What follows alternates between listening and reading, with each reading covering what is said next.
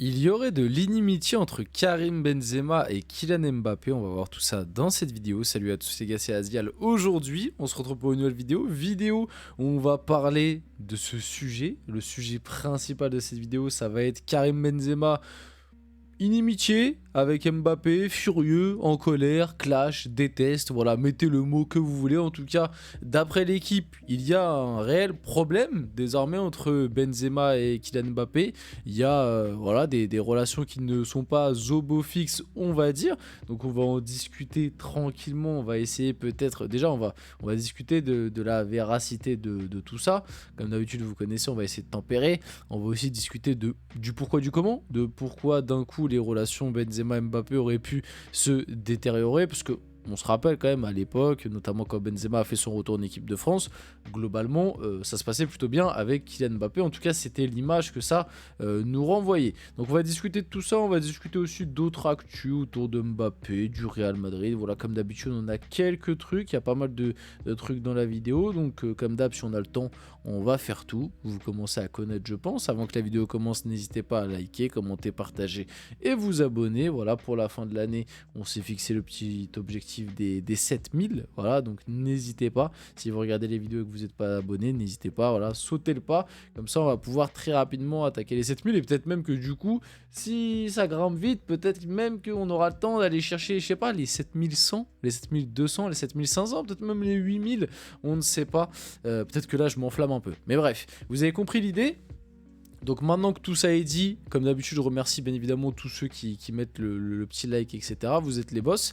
Et puis nous, on va pouvoir y aller directement. Du coup, discuter un peu de Karim Benzema qui voue une profonde inimitié à Kylian Mbappé. Bon, information sortie par l'équipe. Donc bien évidemment, l'équipe reste un média, on va dire, qui est fiable à 80% du temps, mais c'est vrai que l'équipe a quand même très souvent des visages, des têtes où, bon, si on peut essayer de faire un petit peu du buzz et de gonfler des informations, on va pas se mentir, ils vont essayer de le faire. Très souvent, par exemple, l'équipe, quand ça concerne le PSG, faut pas tout prendre au pied de la lettre. Il y a des choses à en retirer, bien évidemment, parce que comme je le dis toujours, il n'y a pas de fumée sans feu. Une information, c'est impossible qu'elle sorte comme ça du fin fond de l'esprit d'un journaliste qui se dit un matin, ah tiens, si j'écrivais un truc au hasard sur Mbappé qui déteste, enfin sur Benzema qui déteste Mbappé. Non, ça n'existe pas.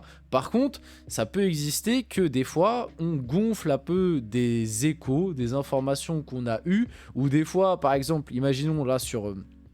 Je dis pas que c'est ce qui s'est passé, mais je dis juste, tu vois, pour tempérer, peut-être juste qu'un journaliste de l'équipe qui a rédigé cet article a juste entendu que il y avait eu des contradictions à des moments entre Benzema et Mbappé, et le gars s'est dit, ah, il y a eu des contradictions entre Benzema et Mbappé à un moment, ah tiens, je vais écrire un article pour dire que Benzema, il voue une profonde inimitié à Mbappé, tu vois, histoire de gonfler un peu pour que ça fasse parler, etc. Mais il n'y a jamais de fumée sans feu.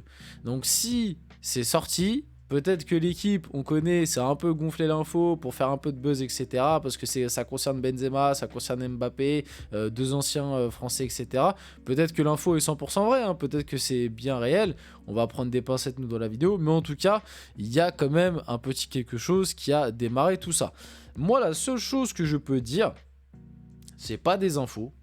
Moi, j'ai aucune info par rapport à ça. Moi, ça va être de la pure constatation de ce que j'ai remarqué depuis ces dernières années entre Mbappé et Benzema. Moi, j'ai remarqué deux joueurs qui s'entendaient bien. Moi, je me rappelle le retour de Benzema en équipe de France et tout. Ça avait l'air de... En tout cas, de ce que... Tu vois, l'image que ça nous renvoyait à nous, le public, et de ce que je pouvais observer, t'avais vraiment le sentiment de deux joueurs qui s'entendaient bien. Benzema qui, pendant longtemps d'ailleurs, a fait un peu le forcing pour que Mbappé vienne du côté du Real. Et moi, j'ai quand même l'impression que la prolongation de Mbappé en 2022 du côté du PSG, Benzema l'a pas trop apprécié. D'ailleurs, on se rappelle, à l'époque, il avait donné une interview où il avait vraiment dégagé l'image d'un mec pas très content du choix de Mbappé de prolonger déjà à l'époque en 2022. Et il y a une chose qui est claire et nette, c'est que depuis cette prolongation à peu près 2022, Benzema a clairement, j'ai envie de dire, choisi son camp, c'est-à-dire que depuis 2022, Benzema est à fond derrière Vini, et on l'a encore vu très récemment lors de son interview donnée à El Chiringuito.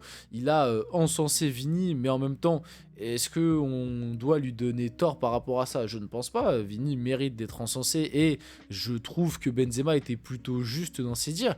Et on l'a vu aussi être dur à des moments avec Mbappé, notamment quand il a lâché des Mbappé, il va devoir s'habituer à jouer numéro 9 parce que Vini à gauche, il est imbougeable et Vini c'est le meilleur joueur de l'équipe, c'est le meilleur joueur du monde et puis c'est pas Mbappé qui va le bouger.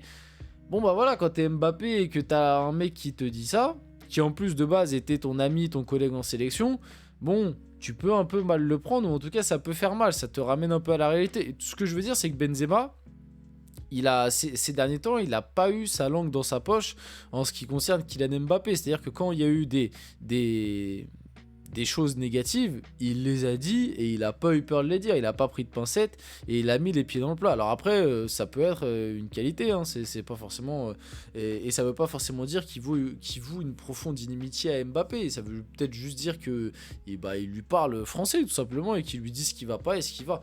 Maintenant, comme je vous l'ai dit, j'ai quand même l'impression que leur relation se soit un peu détériorée. Même par rapport à mon avis, ce qui a dû se passer du côté de l'équipe de France. Je pense que le combo prolongation 2022, alors que Mbappé avait, je pense, avait dû de base annoncer un peu à tout le monde, et notamment à Benzema, qu'il allait venir du côté du Real. Comme j'ai dit juste avant, Benzema a fait partie de ceux qui a beaucoup forcé pour que Mbappé signe au Real.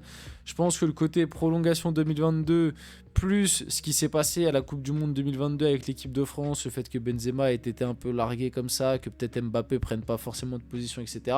Je pense que c'est... Tu vois, on connaît un peu le caractère de Benzema. Je pense que ça a été des petits couteaux dans le dos, indirects peut-être que lui a mis Mbappé, mais que Benzema n'a peut-être pas apprécié et qui fait qu'à l'heure actuelle, je pense pas qu'ils sont les meilleurs amis du monde et qui partiraient en vacances ensemble, tu vois. Je pense que bon, peut-être le mot inimitié est un peu fort, ou alors déteste, ou etc. Peut-être que c'est un peu fort, même si on joue un peu là-dessus, mais ouais, je pense qu'en tout cas il y a un petit truc entre les deux.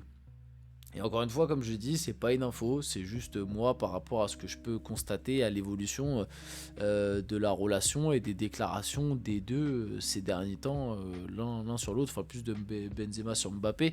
Mais vous avez compris l'idée, voilà un petit peu ce que je pense. Donc voilà, comme d'hab, tempéré, n'hésitez pas à me donner votre avis dans les commentaires. Et puis nous, on va pouvoir passer à quelques autres informations. Donc on va pouvoir voir le vote de Karim Benzema pour le trophée du meilleur joueur français de la saison 2023-2024. Et encore une fois, on est dans le truc, hein, on est dans le truc de, voilà, Benzema, il n'est pas tendre du tout avec Kylian Mbappé, il lui fait pas de cadeau, puisque du coup pour le trophée meilleur joueur français de la saison 2023-2024, Karim Benzema a voté pour Camavinga en 1, pour Bradley Barcola en 2 et pour William Saliba en 3, et du coup pas de Kylian Mbappé. Donc Camavinga en 1, le Real Madrid, Bradley Barcola en 2, le côté lyonnais, et Saliba en 3, je pense que c'est parce que dans sa tête il estimait que c'était lui en réalité qui était peut-être le meilleur sur l'année, puisqu'on rappelle Saliba a fini deuxième derrière Kylian Mbappé. D'ailleurs j'ai fait une vidéo, hein, si ça vous intéresse, sur ce sujet là, sur le Mbappé meilleur joueur français de l'année, que c'est un petit scandale, un petit vol, on en a discuté, donc n'hésitez pas à aller voir la vidéo si vous voulez avoir un petit peu plus de trucs par rapport à ça. On rappelle aussi que Mbappé était de retour au Lusail Stadium, du coup 2 ans après la finale de Coupe du Monde. Et d'ailleurs il a marqué face à Pachuca en finale de la Coupe Intercontinentale. Voilà, c'était juste pour rappeler le petit parallèle assez marrant par rapport à ça. Et cette fois-ci ça s'est bien fini pour lui, ça s'est bien passé entre guillemets, puisqu'il repart avec le titre cette fois-ci. Aussi du coup, lors de cette coupe intercontinentale qui se déroulait du coup au Qatar, à Doha, Kylian Mbappé a pu en profiter pour voir des anciens amis, et notamment le bon vieux Marco Verratti. Voilà, Marco Verratti, donc Mbappé a retrouvé Marco Verratti à Doha. Qu'est-ce que ça fait plaisir de voir notre petit Marco. Reviens Marco, voilà Marco, si jamais t'en as marre de jouer au Qatar, voilà, fais-nous un signe, reviens, fais une déclat, on fera tout ce qui est dans notre en notre pouvoir pour forcer pour ton retour. Non, on sait que ça va être très compliqué, en tout cas tant que Luis Enrique est là, mais Verratti c'est pareil, c'est un peu comme Neymar, c'est un deuil que moi personnellement en tout cas j'ai du mal à faire, parce que comme je le vois pas jouer au quotidien, tu vois, je sais pas si vous avez ce sentiment vous, mais comme Neymar et Verratti, depuis qu'ils sont partis du PSG, on les voit quasiment pas jouer.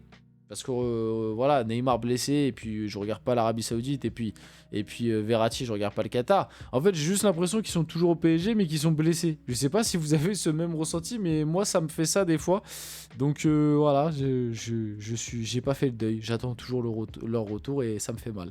Enfin bref, on va finir la vidéo là-dessus. J'espère que cette vidéo vous a plu. Si c'est le cas, n'hésitez pas à la liker, commenter, partager, vous abonner. Les gars, c'était Azial. On se retrouve très rapidement pour une prochaine vidéo.